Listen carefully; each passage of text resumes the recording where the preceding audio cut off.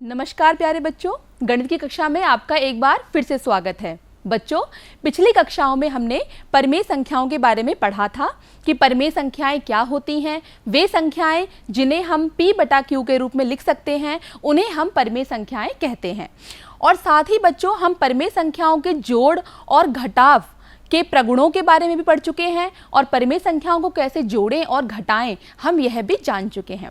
बच्चों, आज की कक्षा में हम परिमेय संख्याओं के गुणनफल पर बात करेंगे और साथ ही परिमेय संख्याओं के गुणनफल पर होने वाले जो प्रगुण हैं, जैसे कि संवरक प्रगुण, क्रम विनिमेय प्रगुण इत्यादि के बारे में हम विस्तृत चर्चा करेंगे। तो चलिए शुरुआत करते हैं।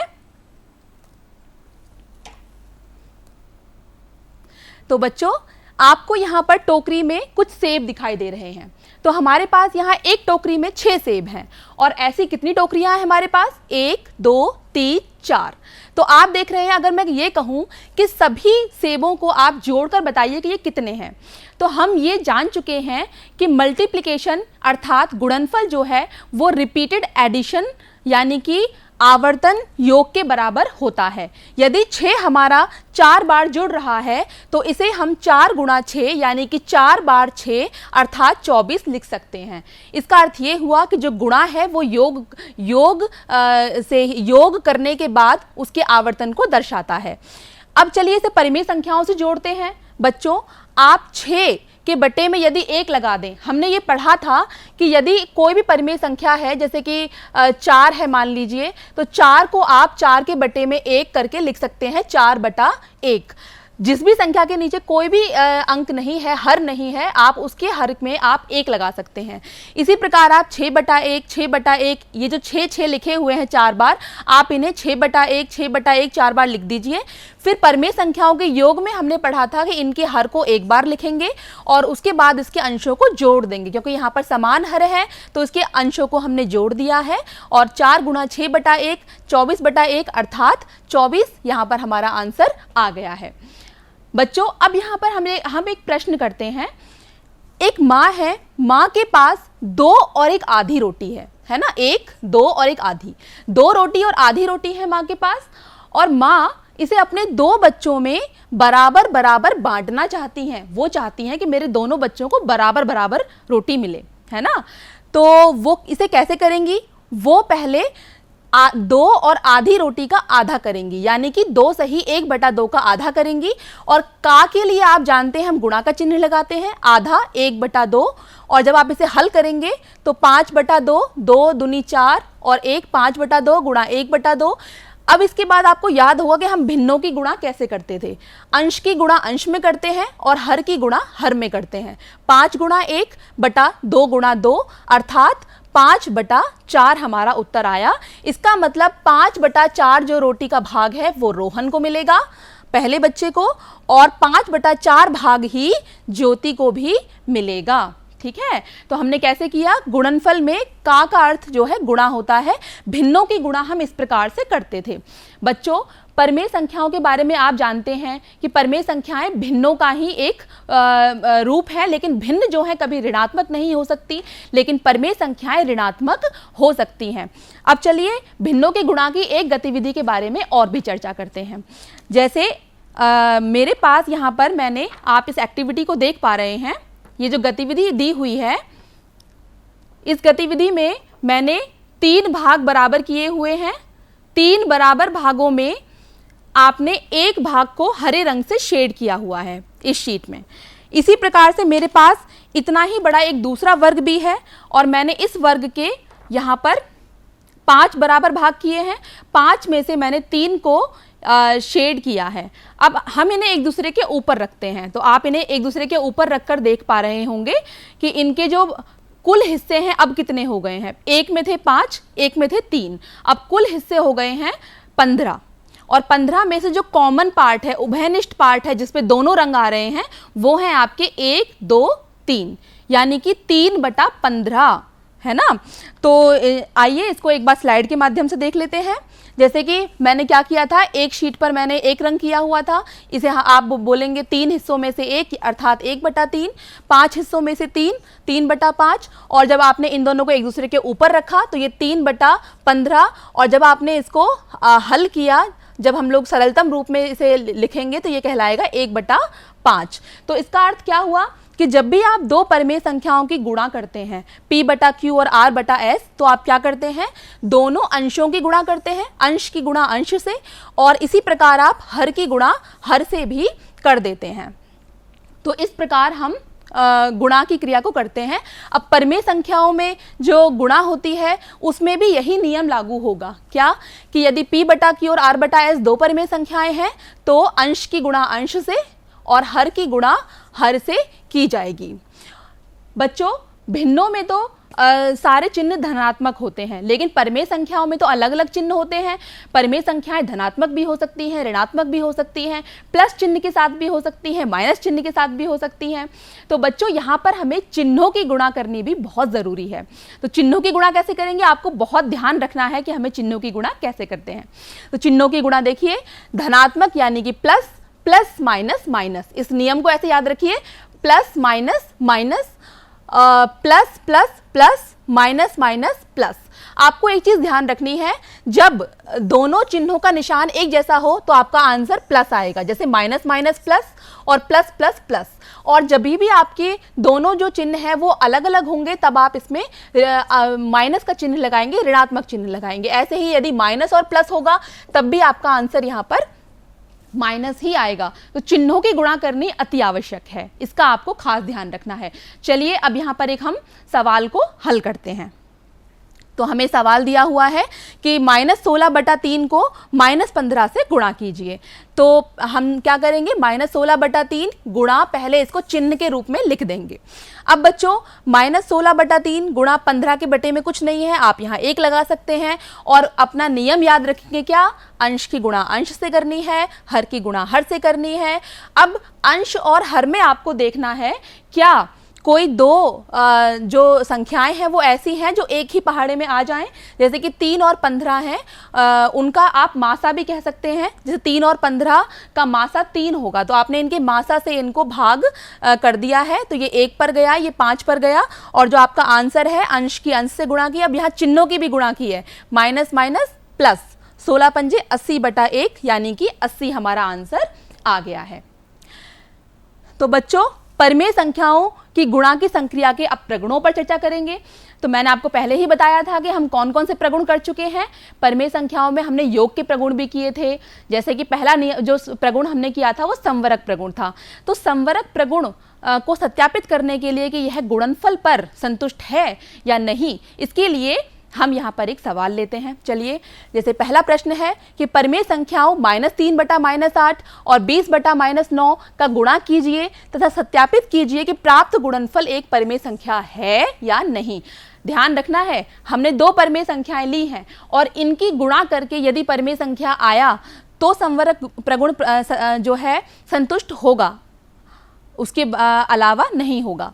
तो चलिए पहले इनकी गुणा करके देखते हैं। हमने पहले -3/8 और 20/-9 की गुणा की, अंश की अंश से गुणा की और हर की हर से गुणा की। इसके बाद हमने पहले चिन्हों की गुणा कर ली, माइनस प्लस माइनस, माइनस बाहर आ गया, माइनस माइनस प्लस, प्लस बाहर आ गया। अब 3 और 20 की गुणा और 8 और 9 की गुणा हम यहाँ पर करना चाहते हैं। आप देखेंगे 3 और 9 एक पहाड़े में कटेंगे, 3 एकम 3, 3 तिया 9। इसी प्रकार से 8 और 20 4 के पहाड़े में कटेंगे, 4 दूनी 8, 4 पंजे 20। फिर से क्या करना है आपको, बाहर माइनस का चिन्ह लगा हुआ है, 1 और 5 की गुणा, 2 और 3 की गुणा। तो 1 पंजे 5, -5/6 जो कि एक परिमेय संख्या है, क्योंकि ये p/q के रूप में लिखी गई संख्या है, इसलिए संवरक प्रगुण यहाँ पर हमारा सत्यापित है। बच्चों, परिमेय संख्याओं के गुणा पर अब हम अगले प्रगुण की चर्चा करते हैं। अगला प्रगुण है क्रम विनिमेय प्रगुण, यानी कि कॉम्यूटेटिव प्रॉपर्टी।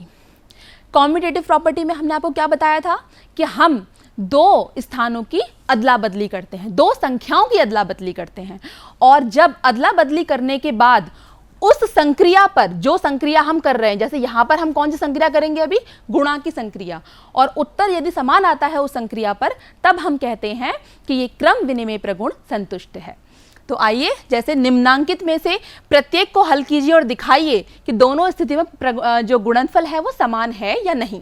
तो आप देखेंगे मैंने यहाँ पर एक संख्या ली हुई है -2 बटा -5 और 7 बटा -4। अगली बार में मैंने इनके स्थान बदल दिए, 7 बटा -4 को मैंने इधर लिख दिया है और -2 बटा -5 को मैंने इधर लिख दिया है ना बच्चों। तो चलिए पहले मैं एक पार्ट सॉल्व करती हूँ, ये वाला पार्ट है ना। तो हमने क्या किया, अंश की अंश से गुणा की है और हर की हर से गुणा की है। अब यहाँ पर हम देखेंगे कि या तो आप ऐसे कर लीजिए कि एक साथ ही आप इनके पहाड़ा जो गिनकर आप 2 और 7 की गुणा यहाँ पर लिख दीजिए। इसी प्रकार से 5 और 4 की लिख दीजिए 20 माइनस माइनस प्लस करके। अब आप इनके मासा से इनको भाग कर सकते हैं। जैसे इनका मासा 14 और 20 का मासा 2 होगा, ये 2 के ही पहाड़े में दोनों आएंगे, तो आप इसे लिख सकते हैं -7 बटा 10। अब चलिए जो दूसरा हमारा पार्ट है जिसमें हमने इसके स्थानों को बदल दिया है, अब चलिए हम उसे सॉल्व करते हैं।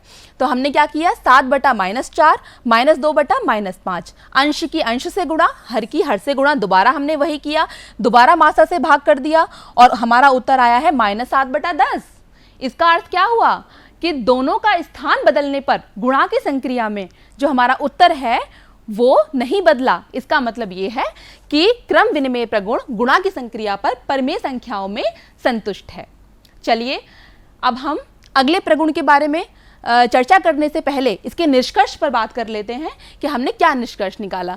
यदि P बटा Q और R बटा S दो परिमेय संख्याएं हैं तो उनका जो गुणनफल है P बटा Q गुणा R बटा S, यह भी एक परिमेय संख्या होगा और इसीलिए परिमेय संख्याओं में इस संक्रिया पर यानी कि गुणा की संक्रिया पर संवरक प्रगुण का पालन होता है। निष्कर्ष नंबर 2, यदि P बटा Q और R बटा S दो संख्याएं हैं तो आपने क्या देखा था कि इनकी स्थान की अदला बदली करने पर उत्तर समान रहता है, तो आपने इनके चिन्हों को बदल दिया है ना। तो इसका मतलब यह है कि गुणा की संक्रिया क्रम विनिमय प्रगुण का पालन करती है। चलिए बच्चों, अब हम यहाँ पर एक प्रश्न का अभ्यास करते हैं, प्रयास करते हैं कि इसे हम कर पाते हैं या नहीं। पहले एक प्रश्न को लेते हैं, अन्य प्रश्न भी आ गए थे। 3 बटा 11 गुणा 7 बटा -12 और यहाँ पर 7 बटा -12 और यहाँ पर आपको रिक्त स्थान दिया है, तो बताओ क्या आएगा। यहाँ पर आप देख रहे हैं गुणा की संक्रिया हो रही है, दो संख्याएं आपको दी हुई हैं और इस संख्या ने इसका स्थान ले लिया है, तो क्या होगा अब आगे, क्रम विनिमय प्रगुण के अनुसार 3 बटा 11 यहाँ पर आ जाएगा, है ना। चलिए अगला प्रश्न करते हैं। निम्नांकित कथन में गुणा की संक्रिया करके सत्यापित करना है कि -12 बटा 25 और 15 बटा -10 बराबर है 15 बटा -10 गुणा -12 बटा 25। तो बच्चों पहले हम इसकी लेफ्ट हैंड साइड चेक करते हैं कि लेफ्ट हैंड साइड हमारी क्या आएगी, यानी कि बायां पक्ष, बाईं तरफ जो हमें दिया है वो बायां पक्ष है। चलिए इसे हल करते हैं। -12 बटा 25 और उसको गुणा किया हमने, अंश को अंश में गुणा किया और हर को हर में गुणा किया, और हाँ भूलना नहीं है कि हमने इनके चिन्हों को भी गुणा किया है। माइनस प्लस क्या होगा यहाँ, माइनस, और माइनस प्लस क्या होगा, माइनस, और दोनों माइनस एक दूसरे से बाद में हम इन्हें काट भी सकते हैं। तो इसके बाद हम लोगों ने क्या किया, 12 और 10 को 2 के पहाड़े में काटा। देखिए मैं दोबारा से दिखाती हूँ, 12 और 10 को काटा है 2 के पहाड़े में, 2 छिक 12 2 पंजे 10। इसी प्रकार से 15 और 25 को हमने 3 और 5 पर काट दिया है। तो हमारा जो उत्तर है वो क्या आया है, 6 गुणा 3 5 गुणा 5 यानी कि 18 बटा 25। चलिए अब हम दाएं पक्ष को हल करते हैं, हमारा राइट हैंड साइड। तो इसमें भी हमने वही किया, पहले चिन्हों की गुणा की है, चिन्हों की गुणा करना बहुत जरूरी है। Minus plus minus, minus plus minus, अंश की अंश से गुणा, हर की हर से गुणा। तो अब आप देखिए फिर से वही करना है। अब जो माइनस माइनस के निशान है वो एक दूसरे से कट गए हैं। अब यहाँ पर आपने 15 और 25 को इनके मासा से काटा, इसी प्रकार से आपने 12 और 10 को इनके मासा से काटा, आपको प्राप्त हुआ अंश में 3 गुणा 6, हर में प्राप्त हुआ है 5 गुणा 5। तो उत्तर आया 18 बटा 25, यानी कि left hand side right hand side के बराबर है, बायां पक्ष दाएं पक्ष के बराबर है। चलिए अब हम गुणा की संक्रिया पर साहचर्य प्रगुण की बात करते हैं। साहचर्य प्रगुण यानी कि एसोसिएटिव प्रॉपर्टी। मैंने आपको बताया था कि इसमें ग्रुपिंग करते हैं, दो अलग अलग ग्रुप्स बनाते हैं। पहले इसके लिए हम एक गतिविधि करते हैं, है ना बच्चों। तो तैयार हैं आप? तो बच्चों आप यहाँ पर एक TLM देख पा रहे हैं, है ना। तो इसके अंदर आप क्या देख रहे हैं कि मैंने यहाँ पर 3 आयत लिए हुए हैं। ये जो 3 आयत हैं इनको मैंने छोटे छोटे वर्गों में बांटा हुआ है ना। तो मैंने इसे लंबाई में 1 2 3 4 भागों में बांटा है और चौड़ाई में मैंने इसे 2 भागों में बांटा है। तो एक जो आयत है उसमें कितने वर्ग हुए, कितने हुए, 4 गुणा 2 यानी कि 8 वर्ग हुए, है ना, 4 गुणा 2। ऐसे ही दूसरा वर्ग भी मैंने, दूसरा आयत भी ऐसे ही लिया है, तीसरा आयत भी ऐसे ही लिया है और इसमें जो मिलाकर हमारे वर्ग हुए 4 गुणा 2, क्योंकि ये 3 है, 1 2 3, तो 4 गुणा 2 की गुणा आपने किससे की है, 3 से की है। मतलब 4 और 2 की गुणा पहले करेंगे आप, 8 3 24, तो आपके 24 कुल मिला के वर्ग हो गए हैं। अब दूसरी स्थिति देखिए, ध्यान देना कि अब मैंने यहाँ पर 4 आयत लिए हैं, 3 नहीं लिए हैं, 4 लिए हैं छोटे छोटे। अब मैंने इसे लंबाई में 3 भागों में बांटा है और चौड़ाई में 2 भागों में बांटा है। तो एक आयत में कितने वर्ग हुए, 1 2 3 4 5 6 यानी कि 2 गुणा 3, 2 गुणा 3। और ऐसे कितने आयत है मेरे पास, 1 2 3 4, यानी कि 4 से गुणा होगी किसकी, 2 गुणा 3 की। तो उत्तर आया 4 गुणा 6 24। ये क्या, मैंने 2 अलग अलग तरीके से सवाल किया, 2 अलग अलग तरीके से मैंने इनको अरेंज किया हुआ था, व्यवस्थित किया हुआ था, लेकिन उत्तर तो हमारा बराबर आ रहा है। इसी को बोलते हैं साहचर्य प्रगुण। 4 और 2 को पहले गुणा किया, 3 को बाद में गुणा किया। यहाँ 2 और 3 को पहले गुणा किया है, 4 को बाद में गुणा किया है। तो इस गतिविधि से आप समझ गए होंगे कि साहचर्य प्रगुण क्या होता है ना। तो चलिए एक बार इसको हम देख लेते हैं स्लाइड के माध्यम से। तो आप यहाँ पर 3 घनाभ देख पा रहे हैं। अब मैंने आयत को बदल दिया है, अब मैंने घनाभ यहाँ पर लगा दिया है। तो 3 घनाभ हैं, पहला, दूसरा और ये तीसरा, और ये लंबाई में 1 2 3 4 भागों में बटा हुआ है, चौड़ाई में ये 2 भागों में बटा हुआ है। तो इसे आप क्या बोलेंगे, 4 गुणा 2। ये भी आपका 4 गुणा 2 है। इसके मतलब 4 गुणा 2 घन होंगे, इसमें घन, एक क्यूब, है ना। इसी प्रकार से दूसरी स्थिति मैंने ली है। जब हम इसे सॉल्व करेंगे तो इसे सॉल्व करके आएगा 4 गुणा 2 गुणा 3, है ना, पहले वाले जो अभी हमने गतिविधि में दिखाया था। अब इसमें देखिए 3 घनाभ हैं और ये चौड़ाई में 2 पार्ट्स में हमने डिवाइड कर रखा है, लंबाई में इसको 3 भागों में। मतलब कि कितने घन होंगे हमारे पास, 6 घन होंगे, 1 2 3 4 5 6 घन उसके अंदर हो जाएंगे। तो चलिए एक बार देख लेते हैं। इसको मैं इरेज कर देती हूँ। अब देखिए हमने क्या किया, 4 गुणा 2 गुणा 3 इस तरीके से अरेंज कर सकते हैं, या फिर 4 गुणा 2 गुणा 3 इस प्रकार से भी हम इसे अरेंज कर सकते हैं। तो बच्चों साहचर्य प्रगुण इसी को बोलते हैं, क्योंकि दोनों का उत्तर 24-24 ही आएगा दोनों स्थितियों में। और आपने केवल इनके स्थान जो हैं, आपने इनके समूह अलग अलग बनाए हैं, अलग अलग समूह बनाए हैं। पहले 4 और 2 का समूह बनाया हुआ है, फिर आपने 2 और 3 का समूह बना लिया है। तो साहचर्य प्रगुण क्या कहता है, चलिए इसके निष्कर्ष पर यानी कि इसकी परिभाषा की बात करते हैं। यदि P बटा Q, R बटा S तथा T बटा U कोई भी 3 परिमेय संख्याएं हो, तो P बटा Q गुणा R बटा S, ये 2 परिमेय संख्याएं हैं, इनका समूह बना लिया पहले, गुणा T बटा U बराबर है P बटा Q गुणा R बटा S गुणा T बटा U के। तो आशा है आपको ये समझ में आ गया होगा। चलिए अब साहचर्य प्रगुण पर एक सवाल को हल करते हैं। निम्नांकित को सरल कीजिए, दिखाइए कि दोनों स्थितियों में प्राप्त परिमेय संख्याएं समान हैं। तो आप देख रहे हैं कि मैंने इसमें एक बड़े ब्रैकेट के द्वारा समूह बनाया है। संख्याएं यहाँ पर जो दोनों ही साइड में आपको संख्याएं दी गई हैं वो समान है, संक्रिया गुणा की हो रही है, बस ग्रुपिंग अलग अलग की हुई है, बड़ा ब्रैकेट अलग अलग जगह पे लगाया गया है। तो चलिए पहले हम लेफ्ट हैंड साइड की बात करते हैं। तो पहले मैंने ब्रैकेट में जो हमें नीले रंग से जो दिया गया है, पहले इस पार्ट को सॉल्व करेंगे। तो गुणा करना तो सीख ही रखा है हम लोगों ने अभी कि अंश की अंश में गुणा करेंगे, चिन्ह की भी गुणा करेंगे, हर की हर में गुणा करेंगे। और ये जो आपका पार्ट है जो ब्रैकेट से बाहर था, ये साथ में अभी चलता रहेगा जब तक ये हल नहीं हो जाता।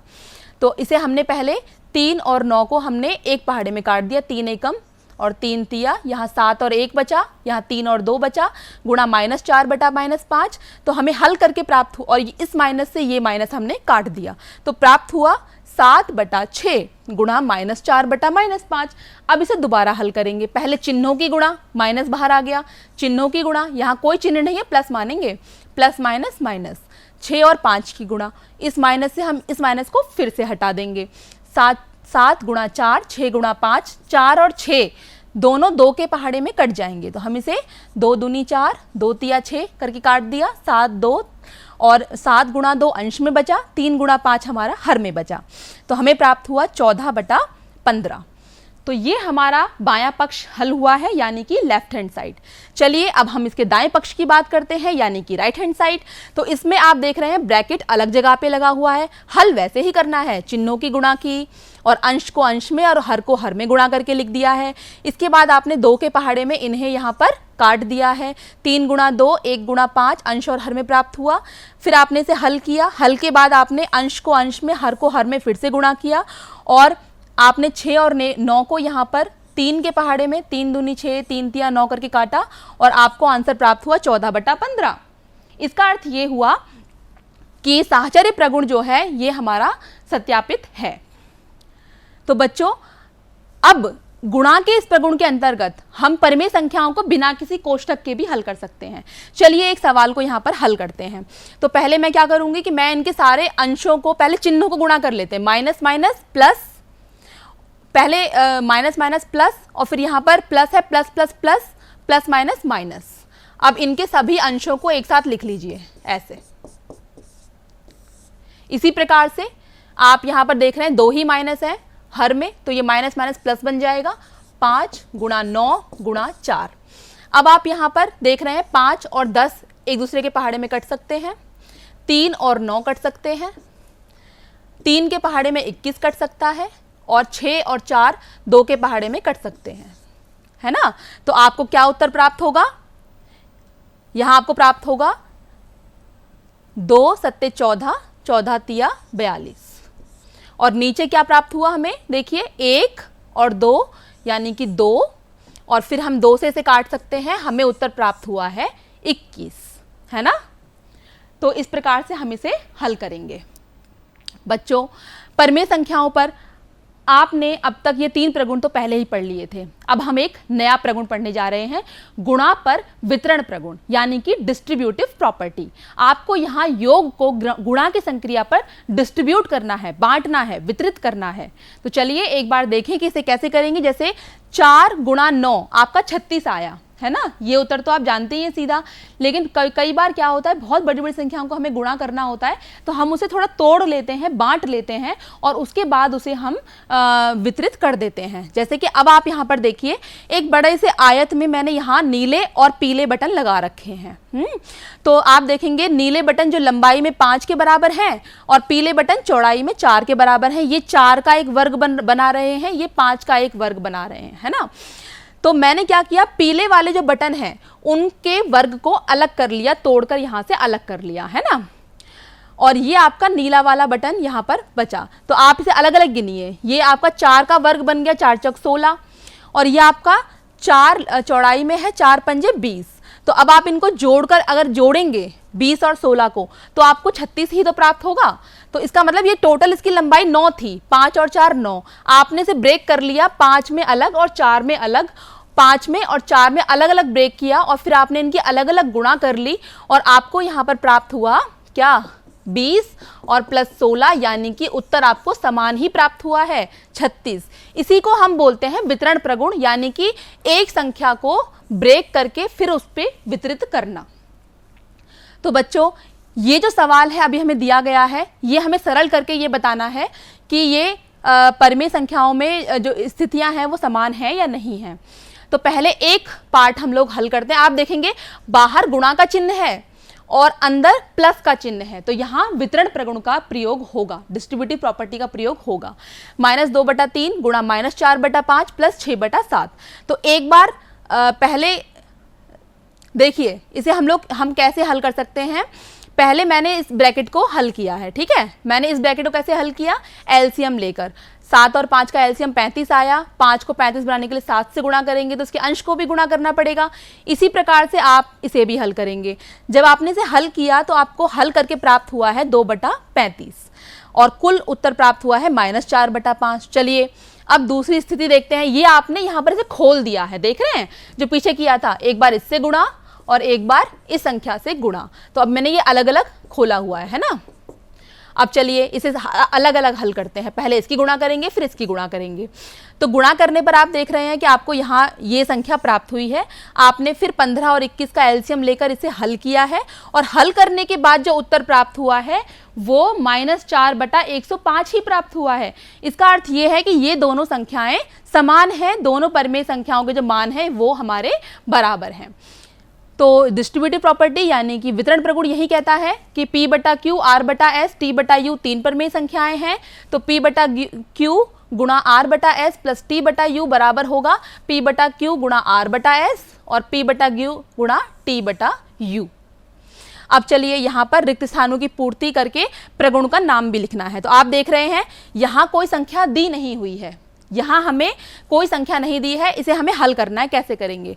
तो -2/5 ब्रैकेट में दिया हुआ है प्लस, बाहर दिया हुआ है गुणा, और यहाँ पर गुणा के 2 हमें चिन्ह दिखाई दे रहे हैं।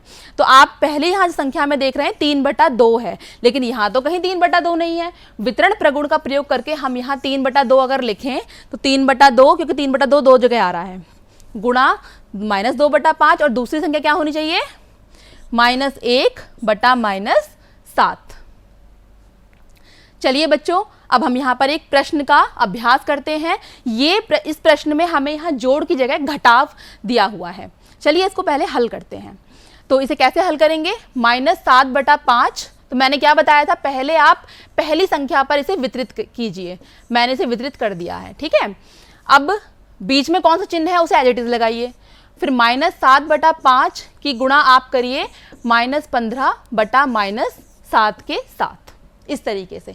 ये अभी आपने वितरण प्रगुण लगाया है। 5 से 5 कट गया, -7/8, -7 से ये -7 कट गया, 5 से ये 3 पर कट गया, बचा -3, बटे में कुछ नहीं बचा तो उसे आप 1 लिख लीजिए। अब इसे हम हल करेंगे। -7/8 माइनस प्लस 3/1। अब इसे आप एलसीएम लीजिए, एलसीएम आएगा 8 -7, इसे 8 बनाना है, 8 से गुणा करनी होगी, तो इसके अंश को भी आपको 8 से गुणा करनी होगी। -7 प्लस 24/8 और इसका उत्तर आया 17/8। ये हमें उत्तर प्राप्त हुआ है। इस तरीके से आपको सवाल करने हैं। तो बच्चों, आज की कक्षा में हमने क्या सीखा? हमने सीखा कि 2 परिमेय संख्याओं का गुणनफल एक परिमेय संख्या ही होती है और यह संवरक प्रगुण को संतुष्ट करती है। दूसरा, हमने परिमेय संख्याओं की गुणा की संक्रिया पर क्रम विनिमेय प्रगुण को भी सीखा कि गुणा की संक्रिया इसे संतुष्ट करती है, और परिमेय संख्याओं में गुणा की संक्रिया साहचर्य प्रगुण को भी संतुष्ट करती है। साथ ही परिमेय संख्याओं के योगफल पर गुणन का वितरण प्रगुण भी लागू होता है, जो अभी हमने लास्ट क्वेश्चन किया था। तो बच्चों, अब आपके लिए ये एक असाइनमेंट है, ये आपका प्रदत्त कार्य है कि आप इसे कैसे करेंगे। देखिए यहाँ पर रिक्त स्थान भरना है। अभी हमने रिक्त स्थान का एक सवाल किया था ना, कौन सा यहाँ बाहर गुणा है अंदर प्लस है, तो कौन सा प्रगुण लग सकता है इसके अंदर? वितरण प्रगुण, है ना। इसकी सहायता से करिएगा। अब आपको ये बताना है सत्य है या असत्य। अदला बदली की हुई है, देखिए थोड़ी सी हिंट दे रही हूँ मैं, अदला बदली की हुई है, ये सत्य है या असत्य ये बताना है। इसके बाद आपको एक सवाल यहाँ पर दिया हुआ है, आपको बाजार से, ये आपके लिए प्रोजेक्ट समझ लीजिए, ये आपका प्रोजेक्ट है। क्या है? बाजार से आप 4 पेंसिल और 4 रबड़ लाएंगे, ठीक है। उसके बाद आप जो उसकी कॉस्ट है, आप एक पेंसिल को 9/2 रुपये में मानेंगे और एक रबड़ को 7/5 रुपये में मानेंगे, ठीक है। ये मैंने आपको प्राइस बताया है, इसको आपको इसी को मानना है। योग पर वितरण नियम के नियम द्वारा बताइए कितने रुपए खर्च करने होंगे। थोड़ा सा दिमाग लगाना है, वितरण प्रगुण का प्रयोग करना है, ठीक है। और गृह कार्य में अपनी पुस्तक के पृष्ठ संख्या 21 से 27 पर दिए गए अभ्यास 1D और 1E को आपको करके लाना है। और आज की कक्षा में आशा है आपने बहुत सारी नई नई बातें सीखी होंगी गुणा को लेकर। अगली कक्षा में हम फिर मिलेंगे, परिमेय संख्याओं के भाग पर बातचीत करेंगे। बहुत बहुत धन्यवाद।